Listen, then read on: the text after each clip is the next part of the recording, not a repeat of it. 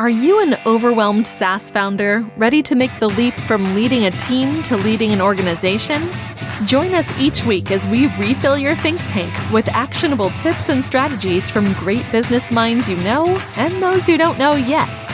This is SaaS Fuel with your host, 5-time entrepreneur, SaaS founder, and globetrotting adventurer, Jeff Maines. Welcome back to the SaaS Fuel podcast, where we find the perfect algorithm to determine the exact amount of ice cream that qualifies as too much during a summer heat wave. I'm your host, Jeff Maines. I actually help B2B SaaS founders like you scale from 7 figures, which is good, to 8 and 9 figures, which is outstanding. Together, we supercharge revenue growth, create premium valuation, and craft a business you're proud of and a life of impact and freedom that you absolutely love. You know, every month or two, I get a call from a client that goes something like this. Let's say my biggest competitor just got $50 kajillion in funding. My team is freaking out and I don't know what to tell them. And I always start with the same question. It's like, okay, how are you feeling? And it's one of two things. Usually it's either I'm okay or I'm freaking out too. And usually both of those mean the same thing. And they mean I am scared-less. And I get it. I've been there. And I've had that happen where a big company is acquired or a partner or a big round of funding. And that press release hits you like a truck. The thing is, if all it took was funds, then every VC-backed company would kill it and the bootstrappers would all be doomed. But that's not how it works, is it? There are a lot of reasons for hope. And let's talk about just one of those today. Strategy and execution. That's what separates the giants from the wannabes. It's a dividing line between success and the tech graveyard. Both are vitally important. Strategy seems to get more press. I mean, you can get a degree in strategy, but execution then is kind of just a foregone conclusion. Just follow the strategy, right?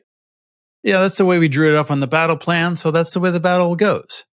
And we all know that that isn't how it works. Maybe it does in a classroom.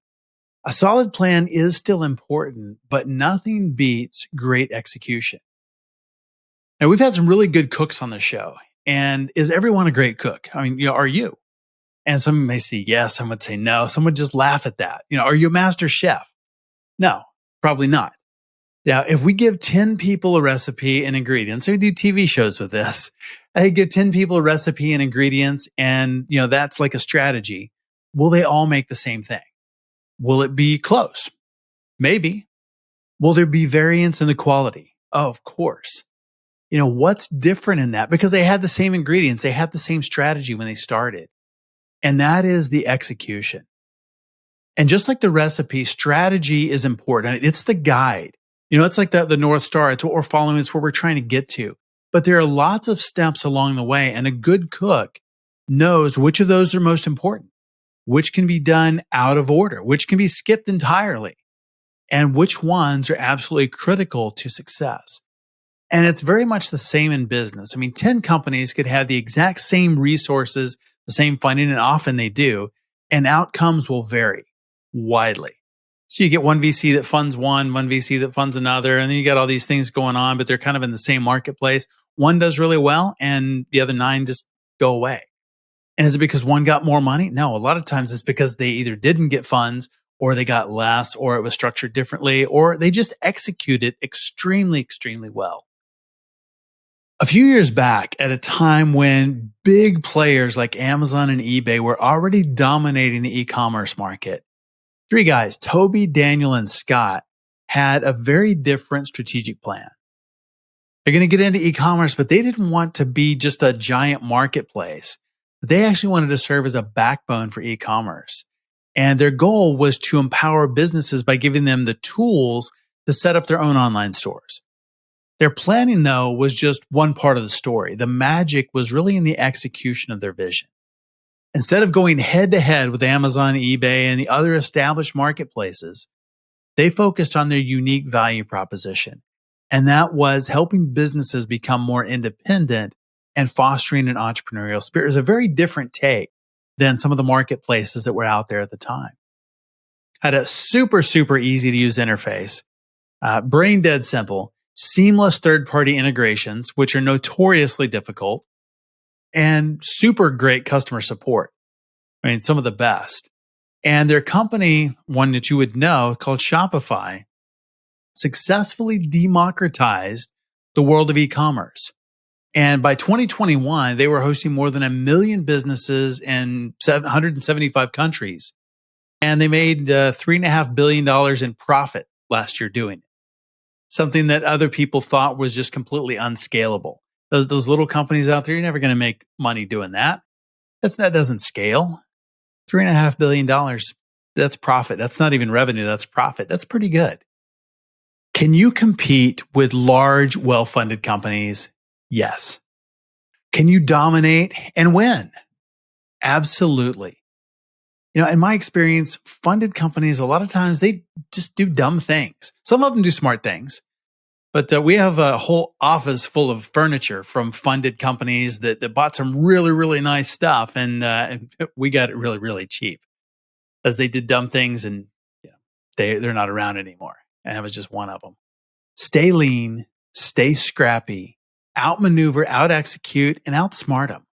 Being given all the ingredients doesn't make the cake. Your execution can make an amazing cake. If outstanding execution is your jam, check out today's sponsor. It's the book Small Fish, Big Pond, Building a World-Class Business That Swims Circles Around Competitors. Why do some SaaS companies achieve explosive growth while others just kind of sink into the depths? Why do some solutions inspire fierce brand loyalty while others are just interchangeable? And what can we as SaaS leaders learn from fish? Small Fish, Big Pond delivers powerful marketing and leadership lessons guaranteed to enhance your marketing message, wrap value around your clients, and guide their buying journey to conclude that your SaaS is the only solution for them. It includes step-by-step frameworks and time-tested growth principles to attract ideal clients, convert them, and transform them into your brand ambassadors. Pick up the print, ebook, or audio today at smallfishbigpond.com or your favorite book source. Our expert guest last week was Z Jeremick, founder and CEO of Mass Engines. Z is a master revenue mechanic and all about building revenue growth engines for SaaS companies to harness the full power of existing marketing and sales investments. You don't have to go buy a whole bunch of other stuff. It's using what you have really, really well. This episode will add horsepower to your sales machine for sure. And our founder last Tuesday was Nate Grayek, founder of Sticky. It's an awesome SaaS platform that helps creatives book more clients. We talked about SaaS founders reimagining their marketing approach, going beyond the surface to unlock more predictable growth and selling effectively without cringy tactics. It's more and less ugh. If you missed either one of those episodes, go back and check them out because they are both amazing. Great guests. Fantastic insights. My guest this week is Dan Fernandez, co-founder of multiple SaaS platforms, including SoStock.com and Thomason.com. With over 15 years of experience managing and working with overseas coding teams, he's able to effectively communicate what tasks need to be done and when to get stellar results. Welcome a guy who always makes sure expectations are in place and brings projects in on time and budget, Dan Fernandez. Hey, Dan, welcome to SaaS Fuel. Hey, nice to be here. Well, tell me a little bit about your background, multi-time SaaS founder and now SaaS Pathway. Yep. So background, kid from the Midwest, basically started in college with no technical experience. I actually I had an operations management background. I ran a paint contracting business in college, kind of sparked my entrepreneurial spirit. And then from there, I had ended up meeting my business partner for our first kind of technical venture, I guess, so to speak. In college, two dumb kids in a dorm room. I love it. I was really good at operations. I saw that he kind of started to have some of the tech experience, marketing, etc. And the combination, kind of the yin and the yang of his ADD brain combined with my OCD operations kind of had started me down this path of getting into tech. And we started up an agency. It started with web design, then molded into social media, then molded, like it kept kind of evolving to a point to where we started building our own actual software. And that's what really jump-started me into SaaS. We were building basically processes and software internally that our clients were using, especially for search engine optimization. And then we started realizing that people would actually pay for this. And that's what really brought us to the forefront of going, oh, this SaaS model is amazing because, right, you have a better income stream and you can actually sit back and focus on making the product better, etc. And that's what started my first SaaS company, which was it was a company called Thomason that was all about influencer marketing and connecting influencers and brands. And then that eventually spawned the next SaaS product that I jumped into. But to start, I really had no technical experience beyond trying to be an entrepreneur and honestly being a dumb college kid that didn't know any better, which is ignorance is bliss when you're an entrepreneur, right? It is. It's really kind of, approaching things with that beginner's mind. Totally. And having a co-founder like that, I think it's really interesting. Some of the best success stories are that where we have two people that are very, very different backgrounds. It's a great book called Rocket Fuel, Gino Wickman, and he talks about that. Somebody that's an artist and somebody that's an operator, and you put those two things together, either one on their own, and they don't do a whole lot, but you put them together, and that's what creates the rocket fuel for businesses. Now, was that totally true in your case with you and your co-founder? Yeah. So I kind of look at it more as a three-legged stool in the realm that where I guess this rocket fuel happened. The yin and the yang, right, is exactly what you're talking about. Yeah. Where he, my other business partner, he was really good at marketing, creative, and I say, like, to your point, you have the creative or the rainmaker, right, and then you have the operator, the executor, right. But there's also kind of like this one other leg of the stool that, especially in today's environment, that I've seen is super critical, where the rainmaker or the marketer or that creative person sometimes doesn't want to be front of house, right? Like, I think of a restaurant, like the host, the face of the business, the person that's going to kiss babies, that's going to go on social media, that's going to do all those kind of things. That's the industry expert that you can now wrap a story around, is really where I found our rocket fuel, right? Where I was an operator, I was cool building processes, working myself out of a job, like making sure everything clicked so that, every day I knew what was running smoothly or how to look at analytics, et cetera. The operator, the typical operator. Then we had the marketer, the creative person running pay-per-click, figuring out, coming up with the crazy ideas and kind of trickling down into the operator realm. But we had this third kind of tip of the spear that was the industry expert or the like I said, front of house, kissing babies, doing all that kind of stuff that the marketer could push them out there, because a lot of times our marketer didn't want to go to a conference, didn't want to speak in front of people. They enjoyed the marketing aspect of it. But when it came to, in this day and age, being the front of the house, that was not their bag. They wanted to sit back, look at marketing analytics, do creative, do graphic design, do all that kind of stuff. But then when we actually got that front of house, we were able to accelerate so much quicker because they were able to carry through, it was a great circle. It was a three-legged stool. It was whatever analogy you want to think about it, where yes, you can balance on two legs, but man, you got that three-legged stool. You have every aspect of not only marketing, because then you have social media, you have all those kind of components. You can go to conferences, you can do all that traditional stuff. You have then your marketing team that can kind of sit back, look at your analytics, that can run pay-per-click, that can feed content and feed information, or vice versa, kind of that push and pull of content. Subject expert can talk about it, feed it to marketing. They can craft the message. They can do blog posts, SEO, everything. And then all of that circles back around to operations of just sheer execution. How does the information flow? Who goes what? How do we measure it? How do we rinse and repeat?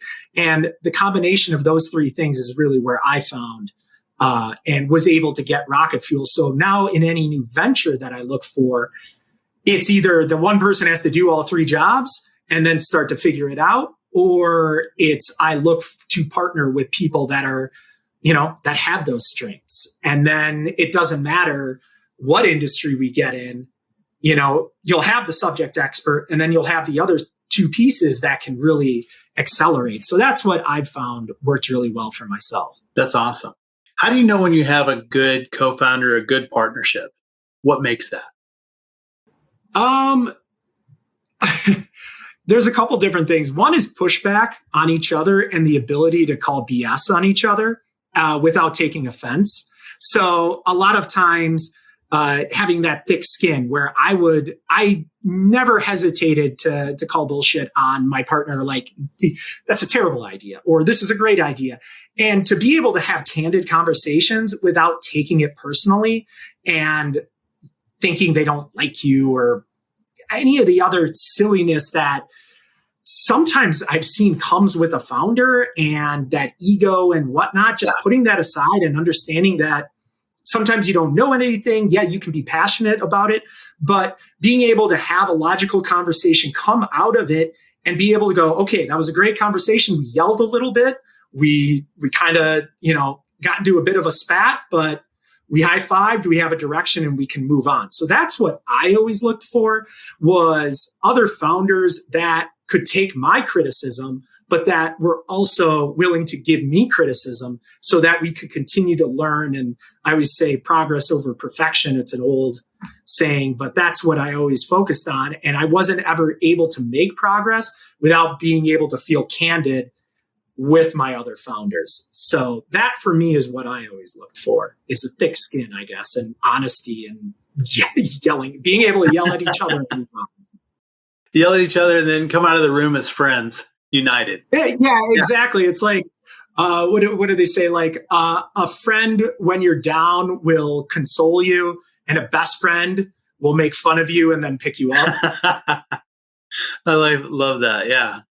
Like that. I look for the best friend. I look for somebody that's going to talk back to me, but then still be, a foxhole guy, like be willing to still move the needle or move the ball forward. Yes. Well, tell me about SaaS Pathway. What is that all about? Yeah. So we've kind of just started this, and SaaS Pathway is meant to help individuals that are trying to get their idea out of their head, and they know that it's kind of in the direction of SaaS software, whether it's an app, whether it's, AI is crazy now, it's AI or, this kind of this tech business. But obviously people that are listening here know what SaaS are. They know they want to build a SaaS business. Like they are, I had somebody come to me that was medical device sales rep, and they had an idea for a software as a service that was within the medical device industry that could help accelerate these medical device companies, give them better reporting, blah, blah, blah, without getting too deep into details.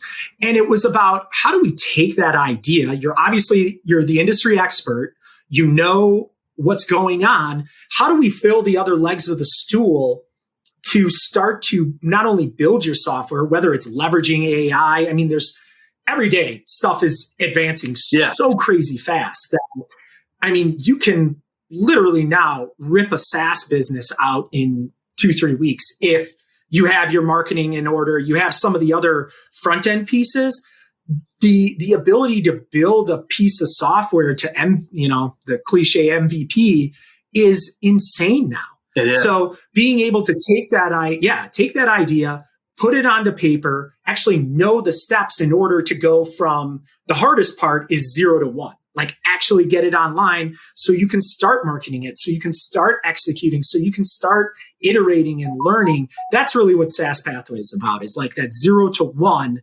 because I've talked to so many people that are like, I got this great idea, but they don't know where to start. They have all these ideas and, that would be amazing. And then it just kind of falls away. Being an operator myself, I know how to execute. I know how to get that idea onto paper and actually have a tangible good that now you can start to have a business. You can start to make money. You can start to do the things that sometimes seem impossible, or that mountain that you have to climb, or whatever other analogy, the custom house that you have to build. You have this great vision, but you need to work, through an architect and then a contractor. And how do you do all those steps to get it to where now you have a house that you can design, that you can flip or sell, or, et cetera. But that's really SaaS Pathway is 0 to 1, getting that idea out of your head. And how do you do that? And I help walk you through, give you different tools. We do one-on-ones, all those kind of things. So a lot of that is, as I understand it, like no code, low code type applications. Exactly. How did that change the development cycle? To give you an idea, we have a new customer, the client, and they wanted to build something in the service industry, and looking at basically the software that would have taken us, typical is 4 to 6 months, something like that. Go in, make the database, build it out, do all these kind of things. We're able to do it in like 2-3 weeks, maybe 4 weeks. Sometimes you're able to do it in one. If you can really boil the idea down to what is the one feature, and that's a lot of times what I coach, right? Like, what is the one thing that we know your market wants? Obviously, there could be 20 other components to it, but what's the one thing that somebody's is gonna buy? And when you are using low code, no code, you're able to build that quickly and have a lot of the foundational stuff there, push it out there, market it, and also validate, is that actually the one thing? Yeah. Or are you getting feedback that, well, that's neat, or nobody's signing up for it, or whatever? You're able to iterate so much quicker and have a tangible good into the market that you can truly test quicker, cheaper, faster. And that doesn't mean that developers are going away. It's just the type of developer that you're looking for. And eventually, who knows, maybe you get out of low code. Like I've seen, the evolution of it to where you've got it to this giant behemoth of an enterprise level software, and maybe it needs to get out of low code and it needs to evolve. And so, but you usually don't start there. So how do you start? And low code, no code, or even just frameworks. Sometimes the no code isn't going to cut it. And there's a framework, Ruby, Laravel. There's a billion out there that you can leverage, but then what tech to look for, what development team to look for, like all these kind of things that I can help, that we coach you on, as well as how to even, when you don't have a no code, because a lot of time no code has a lot of the UI built into it. Right. So you don't have to think about that, or the feature set is just focusing on the main feature. But how do you focus on, like pricing models, or how is somebody going to register? Are we going to use we're going to use Google sign in? Are we going to, like all these little nuances? We kind of walk through how to architect that and how to think about some of these things, as well as with templates that we've had or questions that we can go down that sometimes escape people, that can add so much time to development that, sometimes you just don't think of silly, like an admin area. How are you going to administrate the site, right? Like, how are you going to manage users? What if somebody contacts you and they lost access to their email? Can you reset the password from the admin area? Or what are the security protocols of that? Or like all these little nuances.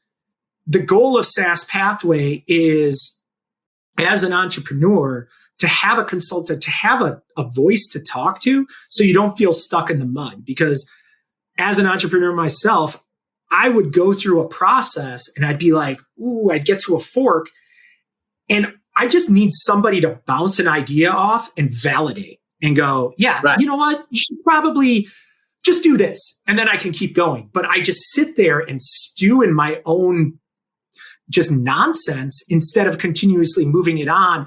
And that's where a lot of people have also found value, is just, I've gone through it before. You've gone through it before. To be able to just talk to somebody that's gone through it before and say yes or no frees you up to continue your process. And that's sometimes all you need, is just to keep going, and you get stuck in the mud with not knowing. And it's that simple of a yes or no answer, or just giving context and direction helps keep people moving the ball forward. Right. Really understanding, is this a decision that does it have a major impact Is this Exactly. a big decision, or is it something, should I be stressing over this or not? And a lot of times it's no. It's a pretty simple decision one way or the other, and it's not going to matter for quite a while.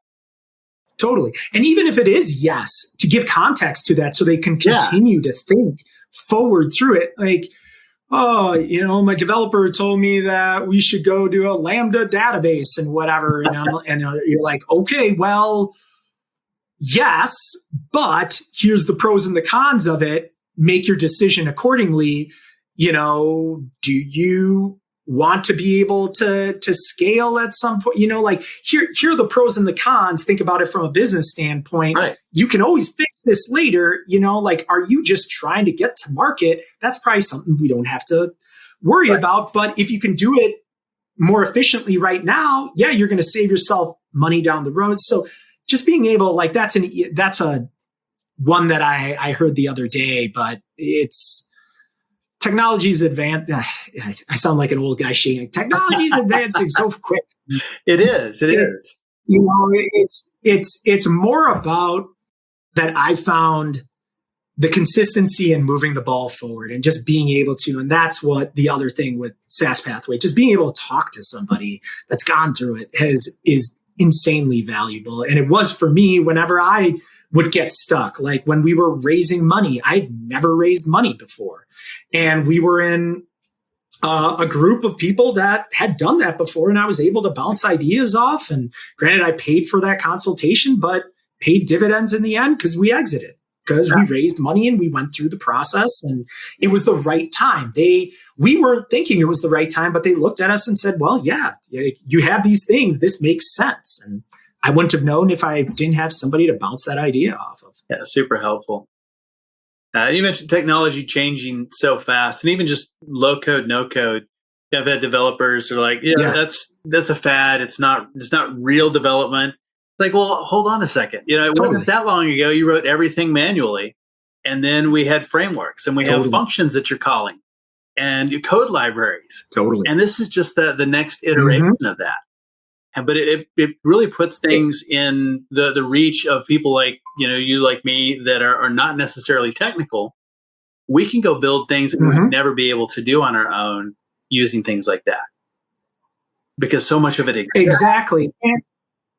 And I mean, even right now that I'm seeing a lot of no code value is in the not only building the basic framework and whatnot, but in being able to build marketing material and landing pages and content quickly to vet your idea. Yes. Right. So I can tomorrow, leveraging AI, and AI is such a broad term, using low code that's leveraging AI, that's kind of connecting some of the dots with myself, and get a domain name, get a couple landing pages up, build a sales funnel, and market and make some videos, do some things, leveraging Fiverr, some outsourcers and whatnot, and put up 3-4 different ideas, market them, and then go, this one's got some people that are actually interacting. And then now I can start to dump money into development, into low code, no code developers that maybe I don't have time. There's a billion people that love low and no code that are developers by trade, but have kind of adopted that mentality of speed to development. And I've always said speed kills. It doesn't sports. It doesn't development. It doesn't business. Speed kills your competition, kills like any problem you have. If you resolve it quickly, or you can build quickly, or you can execute quickly, you're going to be better off. And low and no code allows you to validate and get things out there way, way faster, in my opinion, before you start spending crazy money on building everything in-house and bringing things in-house. And so I'm with you. And developers I see evolving, and, at first, like when ChatGPT came out, they're like, whatever. They can't write code. Oh, well, wait. It can't be that good. It can't write code. And then all of a sudden you're like, dude, just ask it a question, see what it gives you. Like it takes you 2 seconds. Like quit being so stuck in your ways. And I find myself like everybody gets stuck in there. I do too. It takes me time. But once you kind of get over that hump, and I like doing things efficiently. So a lot of times learning drives me nuts because I'm not doing it as fast as I want, but I force myself to do it. And knowing that, all right, this might take me 6 times as long to learn it, but once I have it, I'll be 6 times as fast as I was before. Right. So on the backside, you're able to figure something out. And especially with like AI and auto chat GPT, I had some conversations with developers recently and, just understanding what is even auto chat GPT? What is its capabilities? What is it? Because you see so much stuff on social media where they talk about how it's going to replace everybody and all this kind of stuff. And it's going to replace a lot of things, but it's understanding what it does and then the nuances of where you can can it post to Twitter? Well, yeah, but you have to know how. You need a couple extra steps. So anyway, that's a rabbit hole that we could go down for hours. So how do you think AI is changing technology? And what are you seeing as a founder? So that's where I was really struggling for a long time, and probably these past 2-3 months as ChatGPT and all these iterations and everything, I was really floundering and going, oh my God, is my value going away? Right? Is my superpower going away? Is my ability, because I love SaaS. I love that business creation and whatnot. And because I was seeing a lot of the things that I had really built, that I had known, that the experience has taught me of like processes and all this, and ChatGPT is knocking some of that stuff out from underneath me, rightfully so, because it was just busy work, right? So it's able to analyze, it's able to summarize, it's able to do a lot of these components that if I can shift my mind frame, and to me, I feel like a founder again. Like I'm kind of on shaky ground. Like I don't know what's next. I'm scared scared and excited and all those emotions that you have when you're starting a business. Because for the longest time as a SaaS founder, like I kind of knew if I had an idea, I knew how to execute, I knew how to do it. But AI is kind of flipping it on its head where I'm going, well, do I really need to do my common process anymore? And going through SaaS Pathway and building this course, I've started to realize that even some of my existing mantras and direction and how I do things have gotten expedited. So how do I leverage AI to become faster, to become quicker? And it's still scary and it's changing every day and whatever, but that's really where I've started to, and it sounds probably, I'm sure you hear it all over the place, like AI is going to accelerate humans. It's not going to replace humans. Correct. And that's to me, I'm seeing value in like data summarization. Yes. Email summarization, like being able to digest a lot of information, whether it's written, whatever, and summarize it so I can take action. And then I can go forward. Like that to me is the value of AI right now. Now I'll probably talk to you tomorrow and it'll be something new. So just understand it's constantly going to evolve. And I don't know where it's going to be when this podcast, when this goes, right? It could change in 2-3 days. So who knows? Yeah. But that's where I see it as of this moment that I'm standing in front of you. I saw a cartoon a little while back about somebody that was dictating, or ChatGPT wrote an email for them, and then they sent it, and so they gave it a summary. ChatGPT turned it into an email. They sent it on to somebody else who had AI on their side that took the email and then generated a summary for them. So AI is just talking to itself, and that's the other thing that. Philosophically, at some juncture, AI is all built on human interaction, right. And the language models and everything needs human interaction in order to continue to learn. And then is it going to be in a death loop where at some juncture, it doesn't learn anymore because it's just learning from itself? But I don't think, again, I'm not machine learning. I know enough to be dangerous, but Sure. I'm sorry if you get a ton of comments that says guy's an idiot, that's never going to happen. But anyway, it's interesting to think about.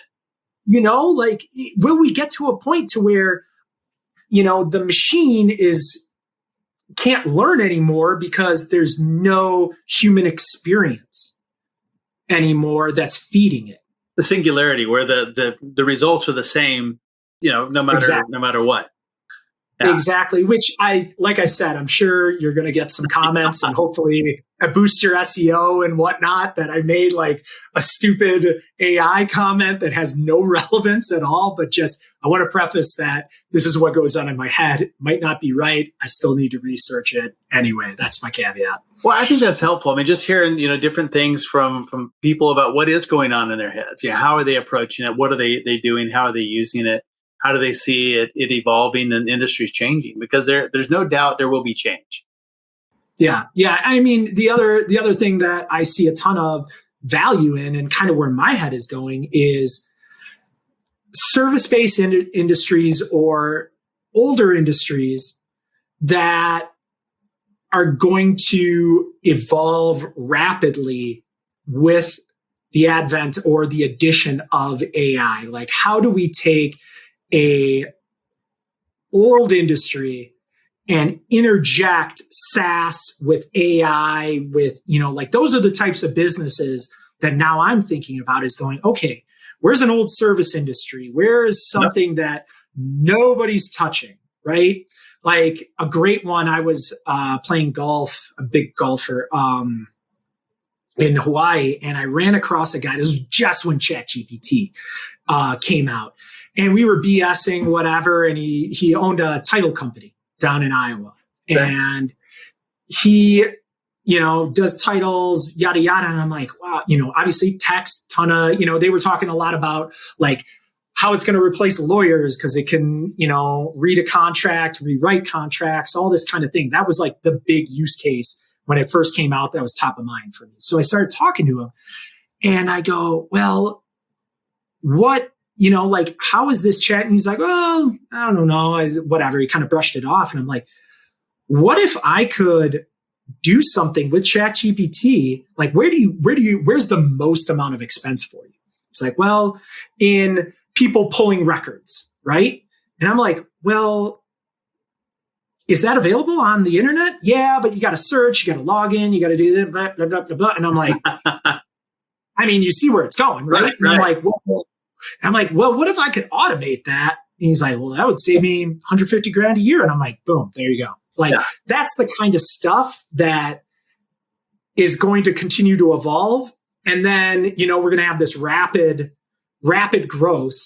And then it's going to kind of plateau and figure itself out. And we're going to have a long period of what AI actually is and what all the industry and what SaaS has evolved into. And who knows how the blockchain is going to figure into this whole thing.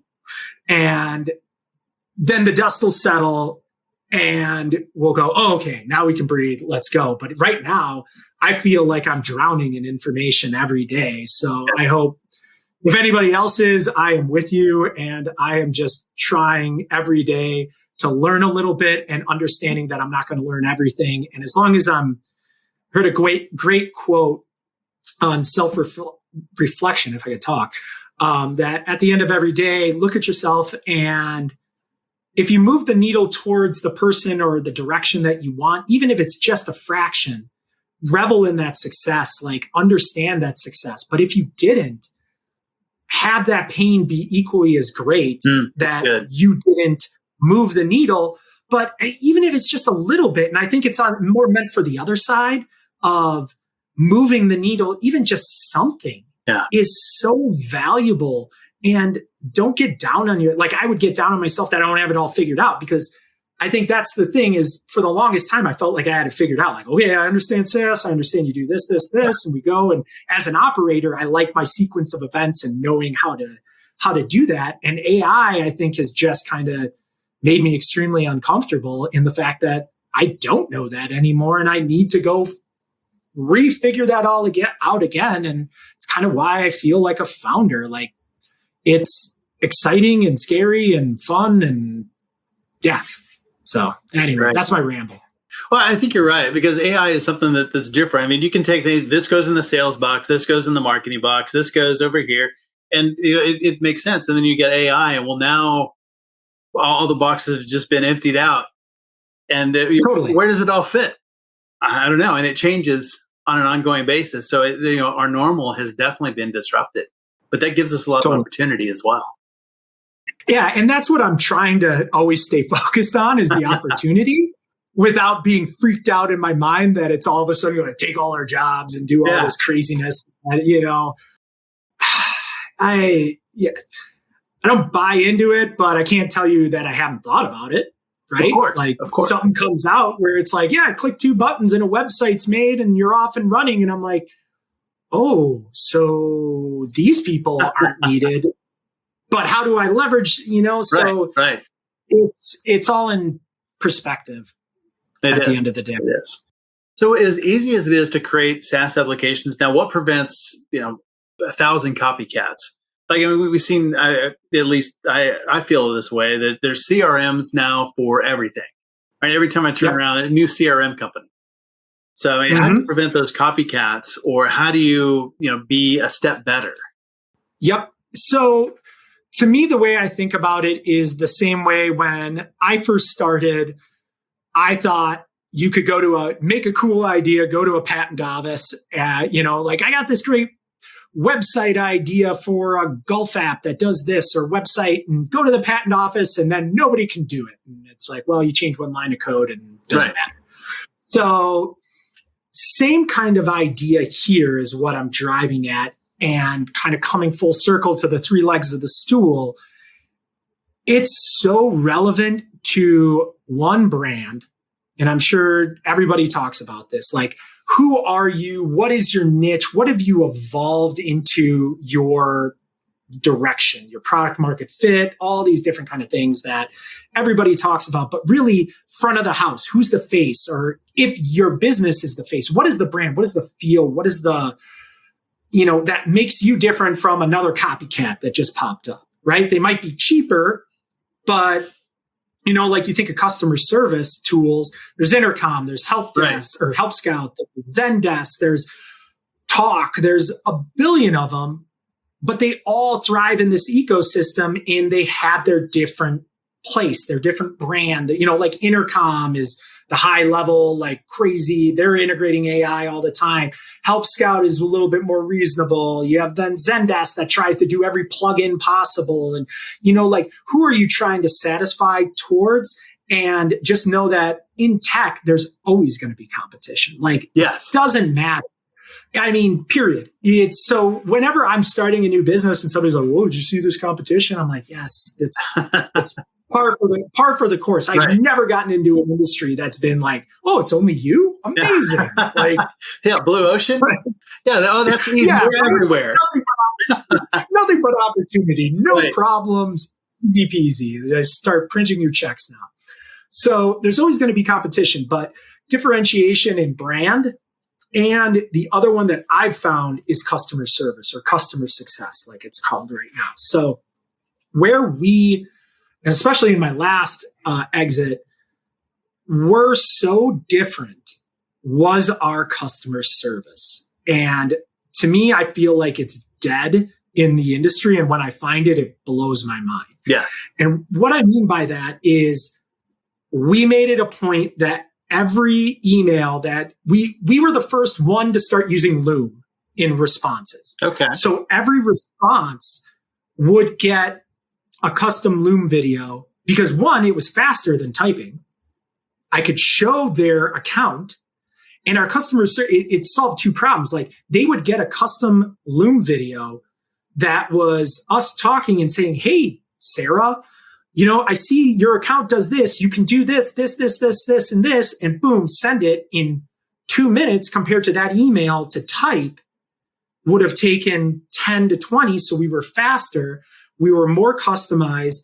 we made sure that every response actually had an answer. Like, nothing drives me crazier than when I contact customer support and they have some canned BS response that then I have to reply saying, I know that. I already read that article. If you would have read my response, you would see that I've documented all the steps. I need an actual real answer. Right. And then it's got to go to tier 2 and I get another. Like it went to tier 1. It got answered. It came back. And the third thing that we always did was, if we couldn't fix the problem, we always provided a workaround and tried to think 2 steps ahead of the user. And because the customer service is seeing a lot of the questions come across, right? Like, how do I do this? What do I do here? We would train and we would really work with our customer success team to say, okay, give them the next 2 questions, answers to the next 2 questions that you know are going to come back in that response, in that Loom video, because it's just, and our NPS was through the roof. And when we had bugs, people were didn't care because they knew we would listen, that we would give them workarounds, that we would fix it, that all this stuff strictly came from just being hyper attentive to customer service and super anal with that. So if there's a differentiator, customer success in my mind is I don't want to say easiest, because you got to put the work in, you got to do the training, the documentation, and really kind of set your processes up. But it's not, from a financial standpoint, I could say that is going to, the amount of money that you need to put in compared to the differentiation gap is going to be massive. And that's what I saw. So every new SaaS product I start, customer service is so critical in that realm that you can just actually answer their question. And like Amazon is oh my God, don't even get me started on Amazon and their API team. And just I understand Amazon in like their pizza box mentality, where you should have a team that can share a pizza. Right? It's a pizza, so everybody's siloed and that's their teams, but nobody knows what everybody else is doing, and nobody can answer a question, and nobody can take action, and nobody can fix a problem. Like we implemented kind of the mentality of, I read Ritz-Carlton does this really well, where the Ritz empowers every employee to fix a problem as long as it's within a certain dollar range. Yep. Like, you don't have to ask, you don't have to do anything, just fix it. Because that's customer service. That's what you're expecting. And that's kind of the mentality that we tried to have, was provide Ritz-Carlton service to somebody that's paying $79 a month in the Amazon space, who is used to some of the worst customer service on the planet. And it was, that in conjunction with having good software and good blah, blah, blah helped. But that's what got us over a lot of humps and got us great reviews and everything. And even when we had bugs, we would have, I remember a time where we were down for 24 hours or something. Like, I was losing my mind. But because we had such good customer service and communication and everything, and all that, people were like, that sucks. Okay, well, let us know, and we would respond. And that, people were yelling, but as soon as you responded and you addressed, like, calm down. Like, sometimes people just want to be heard. And so customer service, another tangent that I could go down. But to me, that's the differentiator, is brand and customer service, which you could argue your brand is your customer service, and vice versa. Yeah, I think that's really important, because you're making those investments. And then when things don't go well, then that's the withdrawal. And the problem is when you haven't made those investments and you haven't poured in, then every little thing, it could be a tiny bug, but it becomes a big deal because you haven't made those investments. Oh, this company's not responsive. Exactly. Or the software's terrible. And it can be something that's small, but because you haven't put in, you don't have the right to withdraw. Exactly. And that's another place that I think AI is going to improve the customer service and customer success experience, but it won't replace good human interaction. Correct. At the highest level, right? Like Yeah. it may become faster and smarter, and it is, right? At like, you already see it in searches, like, hey, is this what you're looking for? Blip, Right, blip, blip, right. blip. But at the same time, those are really great, but I still have to then click on the link, dive into the article, find the spot that is actually relevant to me, or watch the video where it's actually relevant. So now my frustration is continuing to elevate.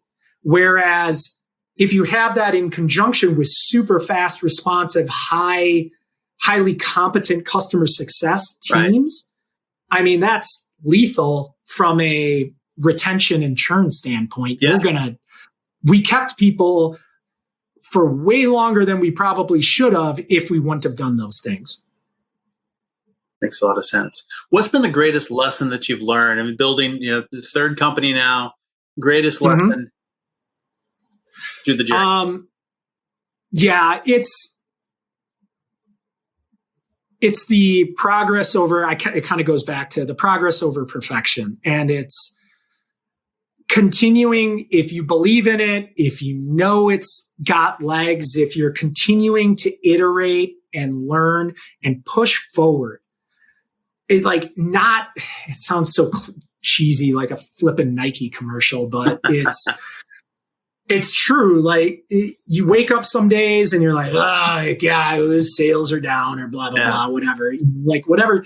But continuing to push, continuing to evolve, because I mean, in my last company, if all I was doing was looking at the P&L statement, while obviously it's important, if that's all I cared about, I don't think I would have pushed through to get it to that other level, to have the passion, to have, I think Steve Jobs said it best, where you need to either have passion or be insane when you're an entrepreneur, because you're going to get punched in the face so many times that only a passionate or insane person would continue to push past those roadblocks or situations, or, and I hate to sound like a broken record, but it's so true. And I go through it every day. And even with AI now, like I'm going through it more than I have in the past 5-6 years, because I'm just learning all new things and ideas and ways of thinking that I'm continuously trying and failing and failing and failing and failing until something hits. And to me, being an entrepreneur and being in SaaS and enjoying this process is what I've learned over the years. I enjoy, right? Is my purpose, is what gives me, where when I first started, I didn't necessarily know that. And somebody might find that they enjoy a different part of the SaaS business.